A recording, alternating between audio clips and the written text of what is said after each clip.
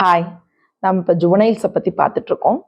ஏன் ஜுவனைல்ஸோட ஏஜை 18 இயர்ஸ்லேருந்து 16 இயர்ஸாக குறைச்சாங்கன்னு பார்த்துட்ருக்கோம்.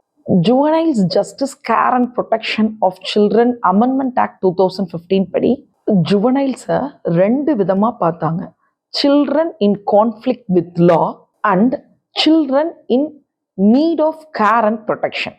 நமக்கு எல்லாத்துக்குமே 2012 நடந்த நிர்பயா கேஸ் தெரியும். அந்த நிர்பயா கேஸ்ல 4 அக்யூஸ்ட்ல ஒரு அக்யூஸ்ட் மைனர். ஆனா as per juveniles justice act 2000 he was sentenced to 3 years in a reformation home. அப்படின்னா ஒரு அடல்ட்டுக்கு கொடுக்குற பனிஷ்மெண்ட் மாதிரி கொடுக்க முடியாம ஜுவனைல்ஸுக்கு ஆன பனிஷ்மெண்ட் தான் கொடுக்க முடிஞ்சது. அப்ப விக்டிம்ஸோட ஃபேமிலிக்கு ஆதரவா நேஷன் வைட்ல ப்ரொட்டஸ்ட் நடந்துச்சு. அப்ப கவர்மெண்ட் ஜஸ்டிஸ் வர்மா கமிட்டின்னு ஒரு கமிட்டி ஏற்படுத்தி அந்த கமிட்டி கொடுத்த ரெக்கமெண்டேஷன் எல்லாம் எடுத்துக்கிட்டு ஜுவனைல்ஸ் ஜஸ்டிஸ் ஆக்ட் 2015 எனாக்ட் பண்ணாங்க.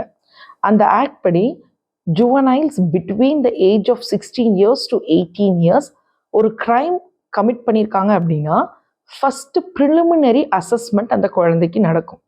அந்த பர்சன் ஒரு ஹீனியஸ் கிரைம் கமிட் பண்ணியிருக்கா அப்படியா இல்லை ஆர்டினரி கிரைம் கமிட் பண்ணியிருக்காங்களா அப்படின்னு பார்த்துட்டு சப்போஸ் 16 to 18 இயர்ஸ் உள்ள பர்சன் ஹீனியஸ் கிரைம் கமிட் பண்ணியிருந்தா ஆர்டினரி அடல்ட் மாதிரி ட்ரீட் பண்ணி நார்மல் அடல்ட்டுக்கு என்ன கோர்ட் ப்ரொசீஜர்ஸ் ட்ரையலில் நடக்குமோ அதே மாதிரி ட்ரையல் எடுத்து பனிஷ்மெண்ட்ஸ் என்னன்னு கொடுப்பாங்க.